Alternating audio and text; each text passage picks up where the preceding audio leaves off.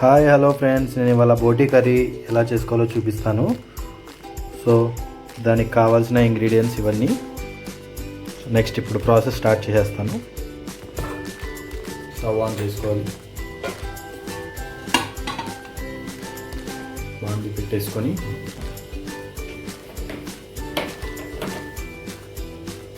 తగినంత నూనె యాడ్ చేసేయాలి.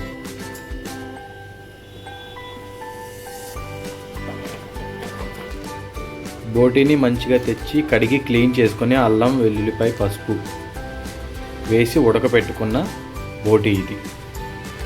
కొంచెం ఉప్పు కూడా వేసుకొని దీన్ని బాగా బాయిల్ చేసుకోవాలి. సో ఆయిల్ హీట్ ఎక్కేసింది, ఇప్పుడు తాలింపు వేసుకోవాలి. ముందుగా కట్ చేసి రెడీగా పెట్టుకున్న 2 ఆనియన్స్ని యాడ్ చేసేస్తున్నాను. దాంట్లోకి 4 పచ్చిమిర్చిని యాడ్ చేస్తున్నాను.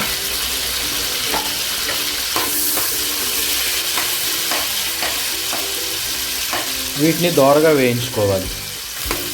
సో వీడియో చేసేటప్పుడు ఇంగ్రీడియంట్స్ క్వాంటిటీ అడుగుతున్నారు. సో నేను అది చెప్తున్నాను. ఇప్పుడు అది బోటికి కేజీలు అలా ఉండదు, సెట్ అని ఉంటుంది. ఒక సెట్కి తగ్గ క్వాంటిటీని నేను ఇప్పుడు మీకు చెప్తున్నాను. ఒక 2 ఆనియన్స్, 4 మిర్చి, 3 టమాటోస్, కొంచెం కొత్తిమీర, కరివేపాకు, అల్లం వెల్లుల్లి పేస్ట్ 2 టేబుల్ స్పూన్లు, 1.5 వేసుకున్న సరిపోతుంది. సో ఆల్రెడీ బోటీని మనం ఉడకపెట్టుకొని పక్కన పెట్టుకున్నాం కాబట్టి సో దాంట్లోకి నెక్స్ట్ మనకి కుక్ చేసుకోవడానికి టైం ఎక్కువ పట్టదన్నమాట. 1.5 టేబుల్ స్పూన్ అల్లం వెల్లుల్లి పేస్ట్ని యాడ్ చేసాను. కరివేపాకు ఒక 2 రెబ్బలు వేసేసుకోవాలి.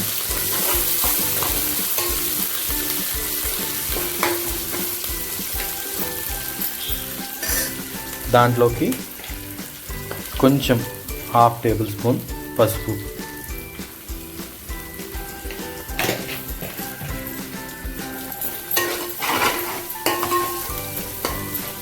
ఇప్పుడు రెడీగా ఉడికించి పెట్టుకున్న బోటిని యాడ్ చేసేసుకోవాలి.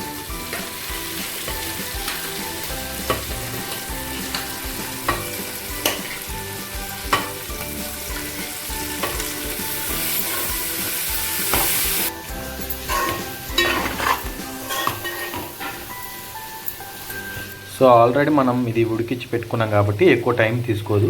సో కొంచెం కుక్ అయిన తర్వాత దాంట్లోకి టమాటాని యాడ్ చేసేసుకోవాలి. సో ఇది ప్రాపర్గా కుక్ అయ్యేలోపు మనకి టమాటో కూడా ఉడికిపోతుంది. సో అప్పుడు బ్యాలెన్స్ అయిపోతుంది అనమాట, మనకి మంచిగా కర్రీ కూడా బాగా ఉడుకుతుంది. సో ఇప్పుడు కారం యాడ్ చేస్తాను. మేమైతే 3 టేబుల్ స్పూన్స్ కారం వేస్తున్నాం. మీరు ఎంతైతే తినగలుగుతారో సో అంత వేసుకోండి. మ్యాక్సిమం 2 వేస్తే సరిపోద్ది. మేము కొంచెం కారం ఎక్కువ తింటాం కాబట్టి 3 టేబుల్ స్పూన్స్ కారం వేసేసాను.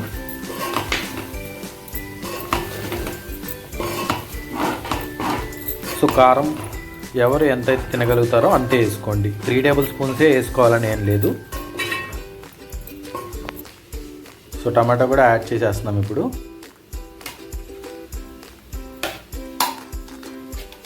సో ఇవి 4 టమాటోలు కట్ చేసాం.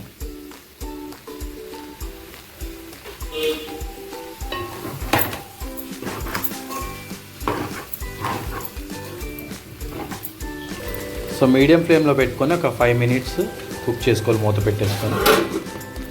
సో 5 మినిట్స్ అయిపోయింది. సో దాంట్లోకి గ్రేవీ కోసం తగినంత వాటర్ యాడ్ చేసుకోవాలి ఇప్పుడు.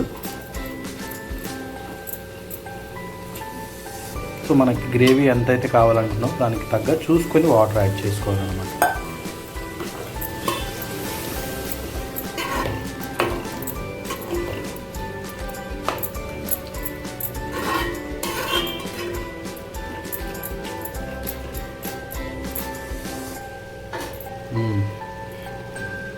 సో హాట్ వాటర్ యాడ్ చేస్తున్నాను.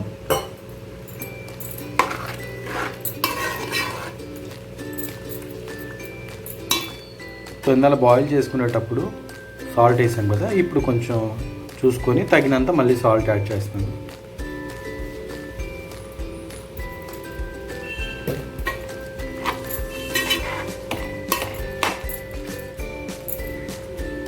కొత్తిమీర తగినంత వేస్తున్నాను.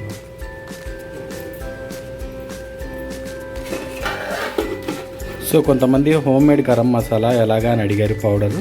సో తెలియని వాళ్ళకి చెప్తున్నాను ఇంగ్రీడియంట్స్ వాడాలో. సో అవి చెప్తాను. ఎండు కొబ్బరి, ధనియాలు, చెక్క, లవంగ, యాలక్కాయలు, నల్ల యాలక్కాయ ఇవన్నీ పౌడర్ చేసి పెట్టుకోవాలి. సో ఈ విధంగా గరం మసాలా పౌడర్ చేసుకోవాలి. సో ఒకసారి ఎంతవరకు కుక్ అయిందో చూసుకుందాం.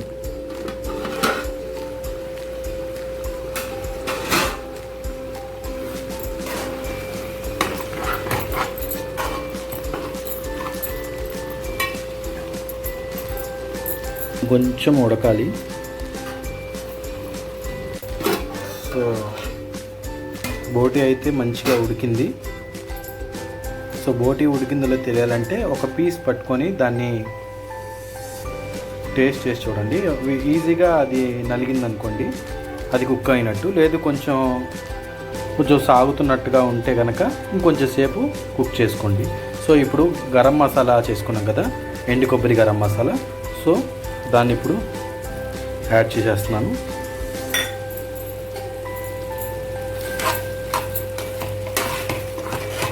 సో ఎండు కొబ్బరి గరం మసాలా అనేది ఎప్పుడు ఫైనల్లో దించుకుండే ముందు వేయాలి.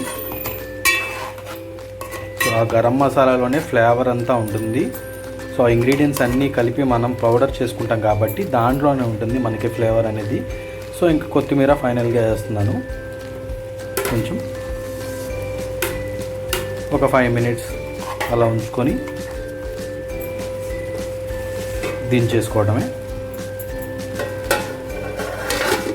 చూసారు కదా, చాలా ఈజీ బోటి కర్రీ చేసుకోవడం. సో ఇలాంటి వీడియోలు మరిన్ని చూడాలనుకుంటే ప్లీజ్ నా వీడియోకి లైక్ చేసి, షేర్ చేసి, సబ్స్క్రైబ్ చేయండి. Thanks for watching Bobby's kitchen.